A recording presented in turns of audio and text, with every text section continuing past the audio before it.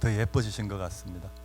예, 저 찬양이 너무 뜨거워가지고 이렇게 자꾸 윗도리 벗어도 되겠죠? 예, 고맙습니다.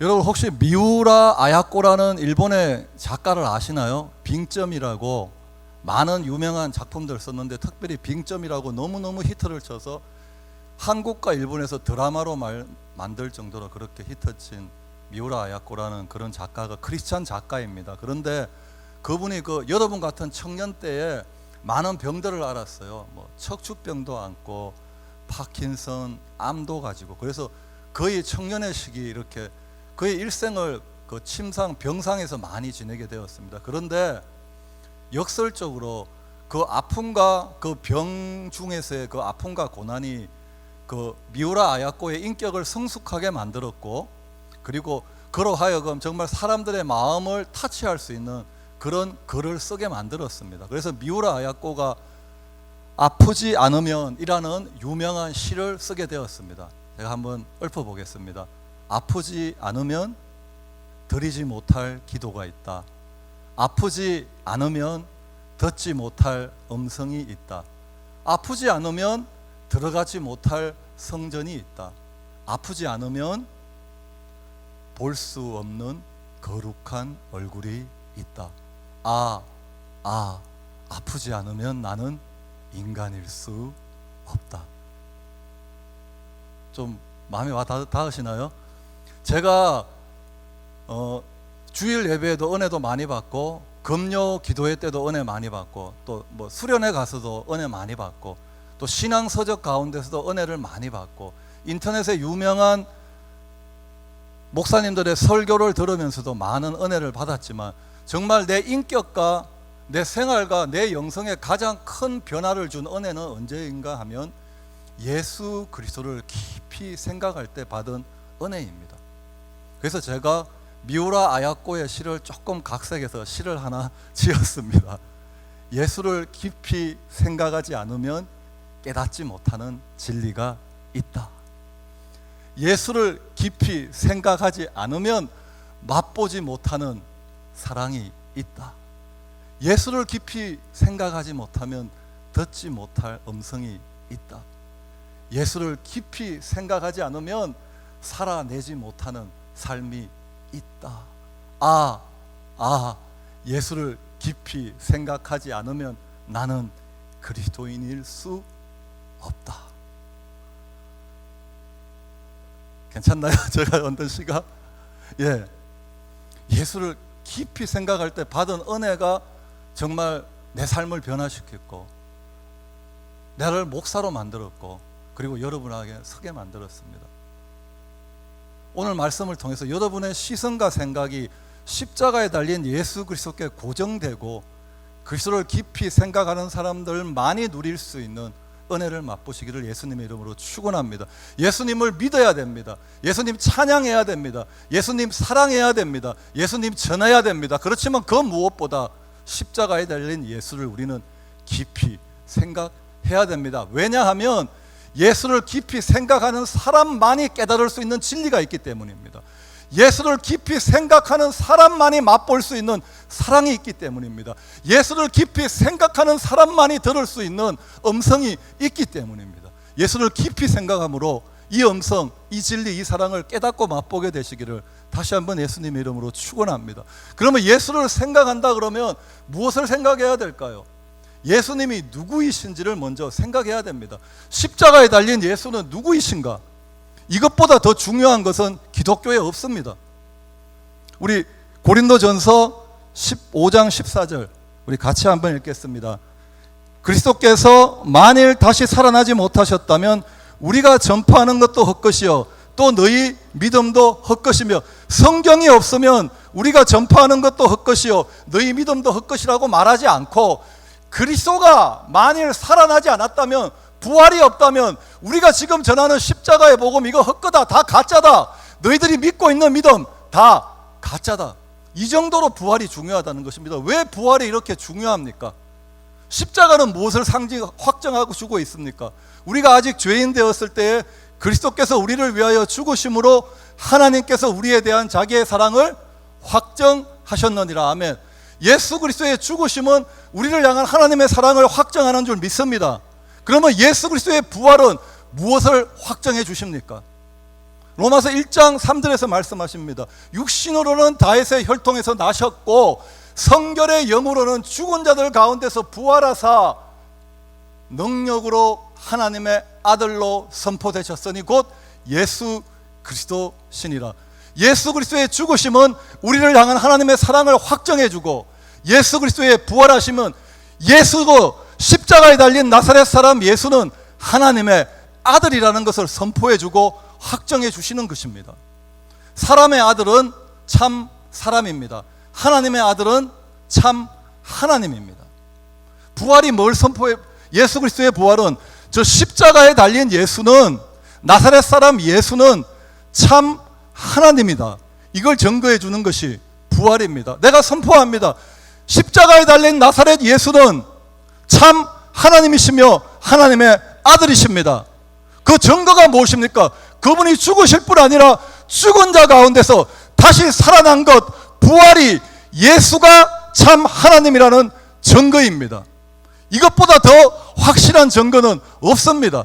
증거만 있는 것이 아니라 예수 그리스도의 부활에 대해서는 정인이 있습니다. 법정에서도 두세 사람만 정인이 있으면 그들의 정인은 사실로 확정됩니다. 그렇지만 예수 그리스도의 부활의 정인은 500여 명의 부활의 정인들이 있습니다. 제자들은 자신들을 부활의 정인들이라고 불렀습니다.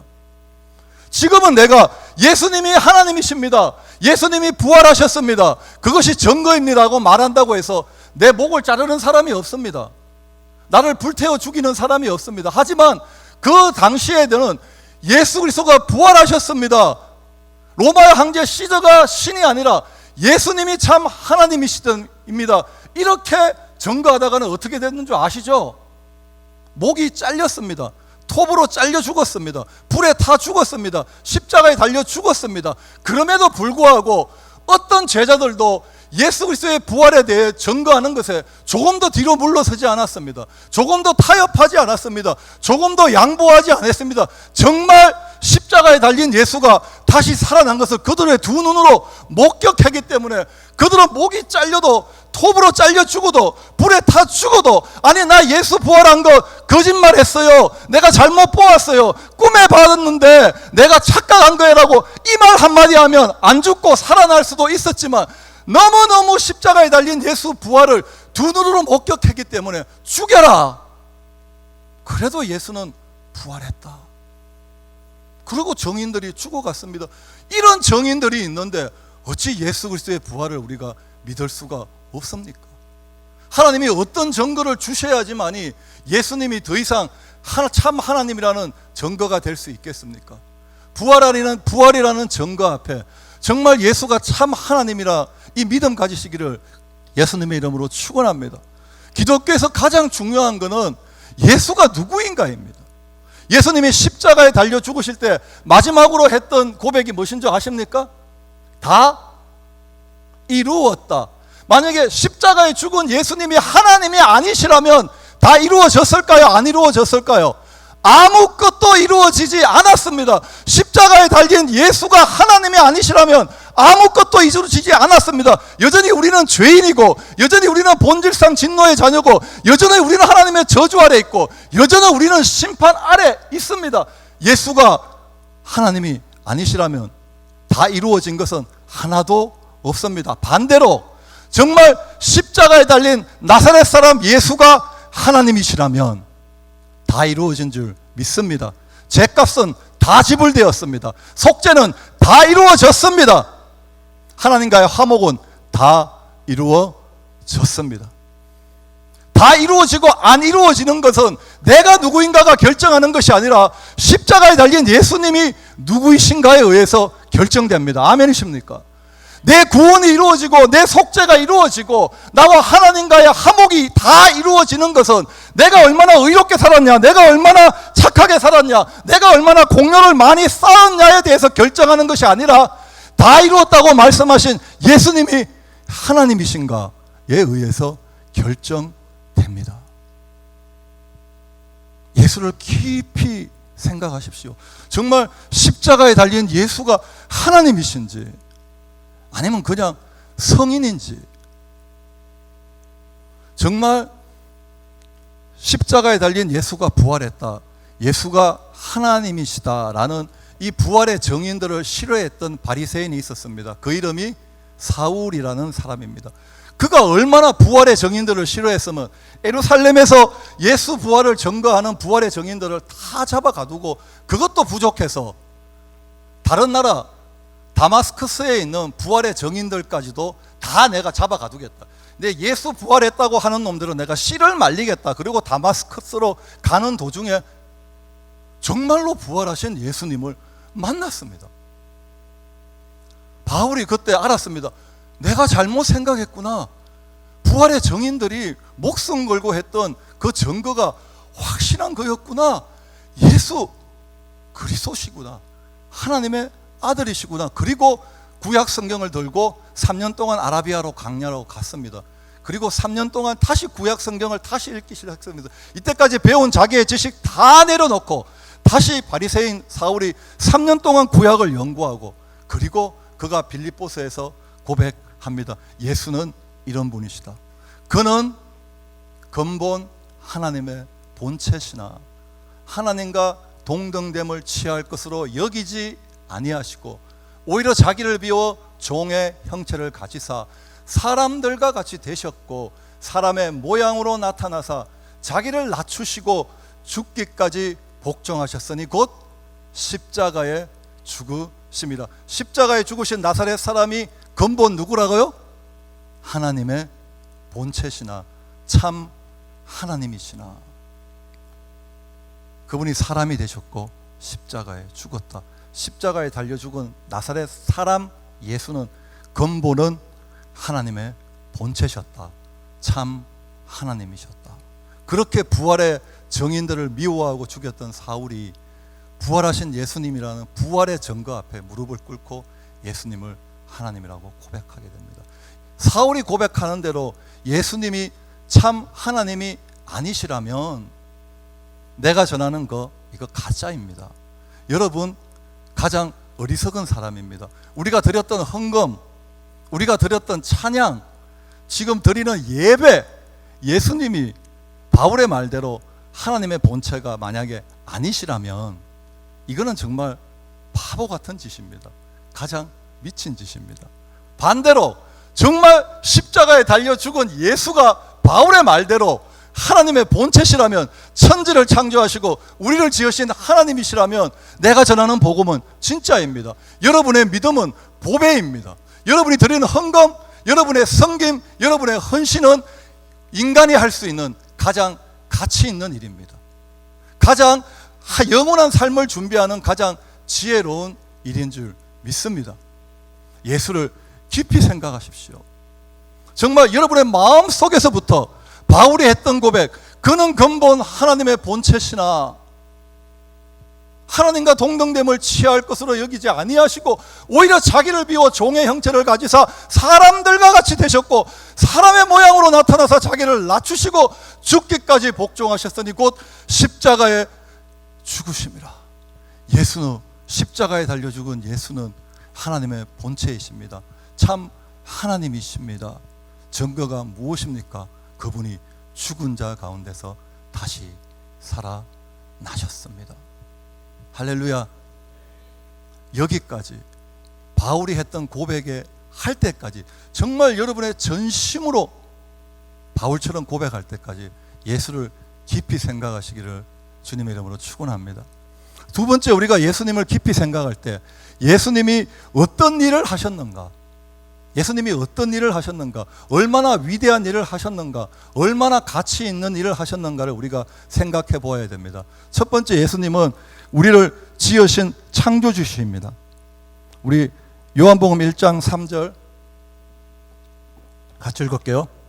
만물이 그로 말미암아 지은 바 되었으니 지은 것이 하나도 그가 없이는 된 것이 없느니라. 여기서 그가 누구입니까?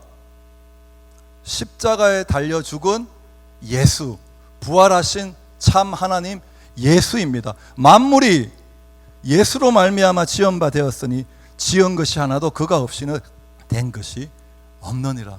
아멘.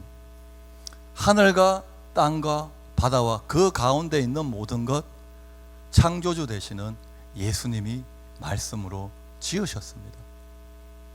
그분 없이는 된 것이 없습니다. 여러분의 몸 예수님이 지으셨습니다. 눈, 귀, 노래를 잘할 수 있는 재능, 여러분의 마음, 영혼, 지은 것이 하나도 예수님 없이 된 것이 없습니다. 이 눈이 만약에 너무 좁아지면 어떡할까요? 귀가 만약에 여기 붙었으면, 이게 내 팔에 붙어 있으면 어떻게 됐을까요? 예수님이 우리를 이렇게 절묘하게 걸작품으로 만드신 줄 믿습니다. 만약에 눈이 하나로 만드셨으면 얼마나 끔찍할까요? 근데 예수님은 만드실 뿐 아니라 붙들고 계신다고 말하고 있습니다. 지으신 만물을 예수님께서 동시에 또 붙들고 계십니다. 왜 태양과 달이 지구로 떨어지지 않고 있습니까? 누가 붙들어주고 있습니까? 예수님이 붙들어주고 있습니다. 여러분의 심장이 왜 계속해서 뛰고 있는 겁니까? 누가 여러분의 심장을 뛰게 하는 것입니까? 예수님이 여러분의 심장을 붙들어주고 있습니다. 지구가 창조 때부터 지금까지 배럴리도 없는데, 배럴리도 없잖아요. 그런데 태양 주위를 365일 빠르지도 않고 늦지도 않고 계속 자전과 공전을 반복하고 있습니다. 배럴리도 없는데 누가 돌리고 있는 것입니까?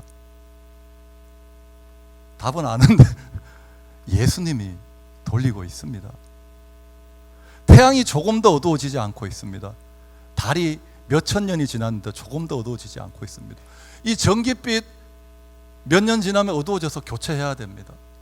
예수님이 그 빛을 붙들어주고 있습니다. 만물이 예수님으로 말미암아 지은 바 되었을 때 지은 것이 하나도 그가 없이 된 것이 없습니다. 여러분의 몸에 있는 모든 지체들 예수님이 지으셨습니다. 지은 것이 하나도 예수님의 손길 없이, 예수님의 생명 없이 된 것이 없습니다. 여러분의 눈 다 예수님의 창조의 흔적입니다. 그랜드 캐년에만 하나님의 창조의 흔적이 있는 건 아니라 여러분의 몸이 바로 예수님이 여러분을 만들었다는 흔적이 여러분의 몸에 있는 줄 믿습니다. 두 번째, 주님이 어떤 일을 하십니까? 우리 히브리서 1장 3절 같이 읽겠습니다.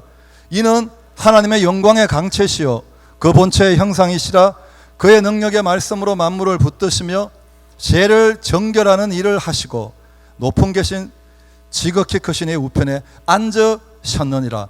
죄를 심판하는 일을 하시고가 아니라 죄를 어떻게 하시는 일요?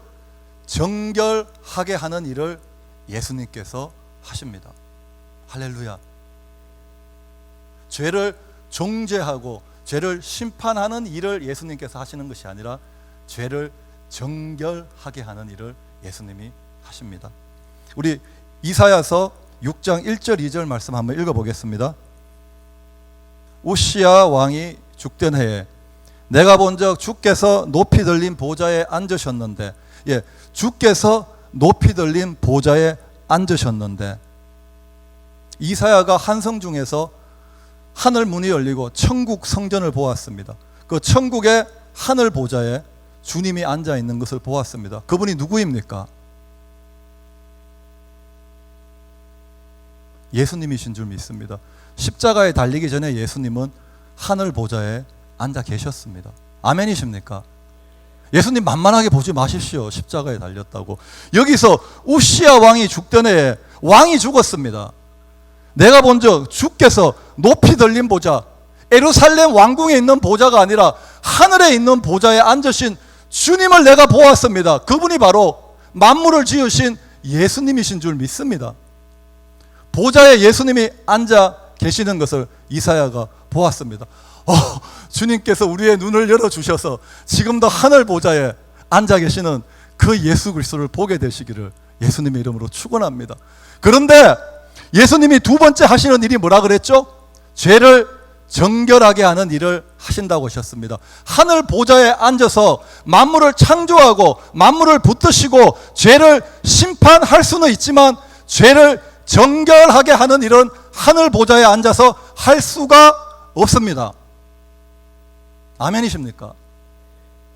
하늘 보좌에 앉아서 천지를 말씀으로 창조할 수 있습니다. 하늘 보좌에 앉아서 죄인을 심판할 수는 있습니다. 그렇지만 하늘 보좌에 앉아서 죄를 정결하게 하는 일은 할 수가 없습니다. 죄를 정결하게 하는 일은 오직 십자가에서만 가능합니다. 그러므로 보좌에 앉아 계신 예수님이 죄를 정결하게 하는 일을 하시기 위해서 사람이 되어 이 땅에 오셨고 우리의 모든 죄를 지고 십자가에 가셨고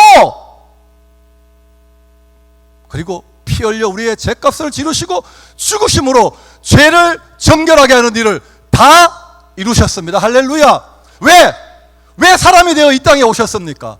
왜 십자가에 달리셨습니까? 왜 채찍에 맞으셨습니까? 왜 보좌에서는 우리의 죄를 심판할 수는 있지만 죄를 정결하게 할 수 있는 이는 하늘 보좌에서 할 수 없기 때문에 이 땅에 사람이 되어 오시고 십자가에 우리의 죄를 지고 달려 대신 우리의 형벌을 받고 죽어야지만이 우리의 죄를 정결하게 하는 일을 다 이루실 수 있기 때문에 하늘 보좌와 천국의 영광을 버리고 참 하나님 되신 예수님이 이 땅에 사람으로 오셨고 십자가에 죽으셨습니다. 여러분, 죄를 정결하게 하는 쉬운 일이 아닙니다.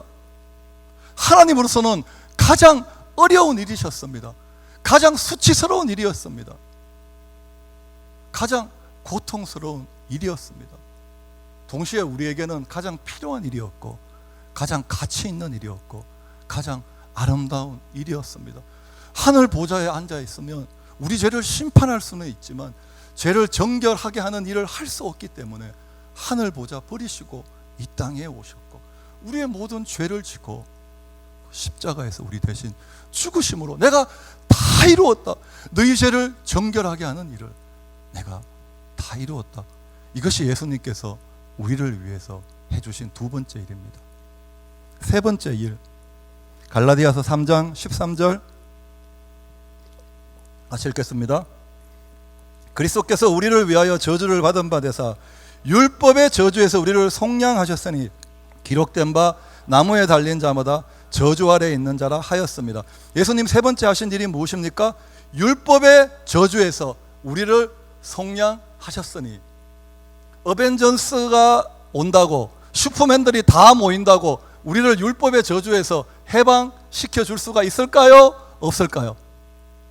없습니다. 이 땅의 모든 어벤져스 다 모아와도 우리를 율법의 저주에서 해방시켜 줄 수는 없습니다. 예수님이 하신 일이 얼마나 위대한 일이신가 보이십니까? 예수님이 하신 일이 얼마나 영광스럽고 탁월한 일인지 보이십니까?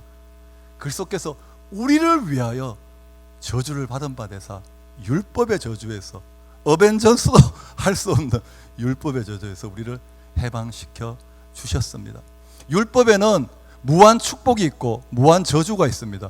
율법을 잘 지킨 사람은 들어가도 복을 받고 나가도 복을 받고 무한 축복을 받습니다. 반대로 율법을 잘 지키다가 하나라도 어기면 뭐죠? 나가도 저주를 받고 들어가도 저주를 받는 무한 저주를 받습니다. 모든 인간은 죄인입니다. 모든 인간은 율법을 범했습니다. 모든 인간은 율법의 저주를 받게 되었습니다. 그런데 예수께서 율법의 저주에서 우리를 속량 해방시켜 주시기 위해서 하늘 보좌에 앉아서는 우리의 율법의 저주에서 해방시켜 줄 수 없기 때문에 하늘 보좌 버리시고 이 땅에 오셔서 율법을 지키지 않은 우리가 받아 마땅한 모든 율법의 저주를 십자가에서 대신 받으심으로 우리를 율법의 저주에서 해방시켜 주셨습니다. 할렐루야. 여러분이 하나님으로부터 받아야 마땅한 저주가 무엇인지 알고 싶다면 십자가를 바라보십시오. 예수님이 받은 그 침뱉음과 수치와 모욕과 고통과 아픔과 형벌과 죽음은 바로 우리가 받아 마땅한 거였는데 예수님께서 대신 다 받아주심으로 우리는 자유케 되었습니다. 이것을 잘 보여주는 창세기의 이야기가 있습니다. 제가 요점만 간단히 제가 요약해서 말씀드리겠습니다. 이삭이라는 아버지가 나이가 많아 눈이 완전 멀었습니다. 두 아들이 있는데 에서와 야곱이 있는데 누가 에서고 에서가 장자이고 야곱이 차자입니다. 누가 에서고 누가 야곱인지 구분하지 못할 정도로 눈이 완전히 나이가 들어 멀었습니다. 그래서 자기가 죽을 때인 줄 알고 누구한테 축복을 하죠? 보통 장자에게 축복을 하죠. 장자에게 마땅히 해야 될 축복을 장자 에서에게 하기 위해서, 에서야 너 사냥해서 고기를 잡아와라. 그러면 내가 고기 맛있게 먹고 기분 좋아서 내가 너한테 마음껏 축복을 해주겠다. 그리고 에서가 고기를 잡으러 사냥하러 나갔을 때 그 얘기들 들은 어머니 리브가가 야곱이 네가 축복을 받아야 돼. 그러면서 야곱에게 에서의 옷을 입히고, 그리고 에서는 털이 많은 사람이니까 양털을 막 붙여가지고, 그리고 야곱을 에서처럼 변장해가지고 야곱 그 아버지 이삭의 방에 집어넣습니다. 그래서 그리고 맛있는 그 애굽의 그 에서의 레시피로 고기를 만들어서 그 에서로 변장한 야곱이 고기를 가지고 에서의 옷을 입고 에서처럼 털 분장하고, 그리고 야곱 아버지 이삭의 방으로 들어갑니다. 아버지 에서입니다. 이 고기 먹고 축복해 주십시오. 여러 가지 곡절 끝에 아버지가 손도 만져보고, 그리고 냄새도 맡아보고, 목소리는 야곱인데 털 많은 거 보니까 에서고, 냄새도 에서고, 고기 레시피도 에서고, 너 에서구나 그러면서 고기를 먹고 에서에게 마땅히 줘야 될 그 축복을 야곱에게 한 개도 빠짐없이 다 쏟아부어 주고 갑니다. 에서로 변장한 야곱이 에서가 받아야 마땅한 축복을 다 받고, 그리고 나갔을 때 그때 에서가 사냥해서 돌아와서 고기를 잘 요리해서 아버지께 들어갑니다. 아버지! 에서가 왔습니다. 이 고기 먹고 장자에게 마땅히 해야 될 축복을 해 주십시오. 그때 아버지가 뭐라고 말씀한 줄 아십니까? 내가 이미 에서 너로 변장한 야곱에게 너한테 줘야 될 모든 축복을 내가 다 쏟아부었다. 너한테 줄 축복이 있다 없다? 너한테 줄 축복이 하나도 없다. 자, 예수님이 이 반대로 하셨습니다. 예수님이 사람이 되어 오셨습니다. 그리고 사람의 옷을 입고 하나님 아버지 앞에 나갔습니다. 하나님이 누구시죠? 사랑의 눈먼 하나님 앞에 나갔습니다. 하나님은 사람의 옷을 입고 계신 참 하나님이신 예수님에게 우리한테 쏟아부어야 될 모든 저주를 다 한 개도 빠짐없고 다 쏟아부어 버렸습니다. 십자가 위에서 한 개도 빠짐없이 우리 사람, 율법을 범한 사람에게 쏟아부어야 될 그 저주를 사람의 옷을 입고 있는 참 하나님이신 예수님에게 다 쏟아부었습니다. 마치 야곱이 이삭이 에서로 변장한 야곱에게 모든 축복을 쏟아부었던 것 같이 하나님 아버지는 사람의 옷을 입고 계신 참 하나님이신 예수님에게 인간에게 쏟아부어야 될 모든 저주를 다 쏟아부어 버렸습니다. 그리고 우리가 그것을 믿고 주님 앞에 나아갈 때 하나님이 뭐라고 말씀하십니까? 너한테 쏟아부어야 될 저주를 이미 예수에게 십자가 위에서 다 쏟아부었다. 너한테 내가 줄 저주가 있다 없다? 없다. 그러므로 성경은 선포합니다. 그리스도 예수 안에 있는 자에게는 결코 정죄함이 없나니, 그리스도 예수 안에 있는 자에게는 결코 율법의 저주가 없나니. 할렐루야. 우리가 어떻게 율법의 저주에서 속량 받았습니까? 예수님이 우리가 받아야 마땅한 그 모든 저주를 받으심으로 말미암아 우리가 율법의 저주에서 속량 받았습니다. 예수님이 세 가지 일을 하셨습니다. 우리를 지으셨습니다. 그리고 우리의 죄를 깨끗하게 하는 일을 하셨습니다. 그리고 우리를 율법의 저주에서 속량하는 일을 하셨습니다.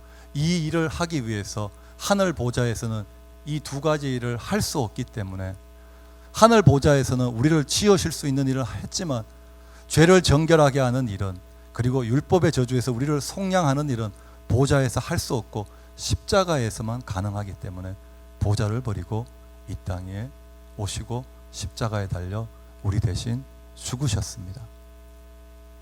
예수를 깊이 생각하십시오. 이 세상에 수많은 아름다운 일들, 아름다운 이야기가 많습니다. 하지만 예수님이 우리를 위하여 해주신 일에 우리의 죄를 깨끗하게 하고 우리를 율법에서 저주에서 속량하신 일에 비교하면, 하나님이 사람이 되어 이 땅에 우리를 찾아오신 이야기에 비교하면, 이 사실에 비교하면 다른 것들은 정말 태양 앞에 장난감입니다. 인류 역사에 가장 일어났던 가장 경이롭고 가장 아름답고 가장 위대하고 가장 놀라운 일은 바로 성육신과 십자가와 창조와 구속의 사건이었습니다. 예수님이 하신 일이 가장 아름다운 일인 줄 믿습니다.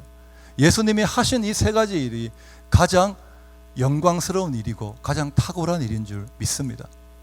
예수를 깊이 생각하십시오. 예수님이 하신 일이 얼마나 아름다운 일인지, 얼마나 가치 있는 일인지, 얼마나 영광스러운 일인지 여러분의 마음을 뜨겁게 만들 때까지, 맞구나, 정말 예수님이 하신 일이 이 지구상의 역사 가운데 일어났던 일 중에 가장 아름다운 일이었구나, 가장 영광스러운 일이었구나, 가장 기념해야 될 일이었구나, 여기까지 이르기까지 예수님을 깊이 생각하시기를 예수님의 이름으로 축원합니다. 마지막으로 이 일을 누구를 위해서 행하셨나? 누구를 위해서?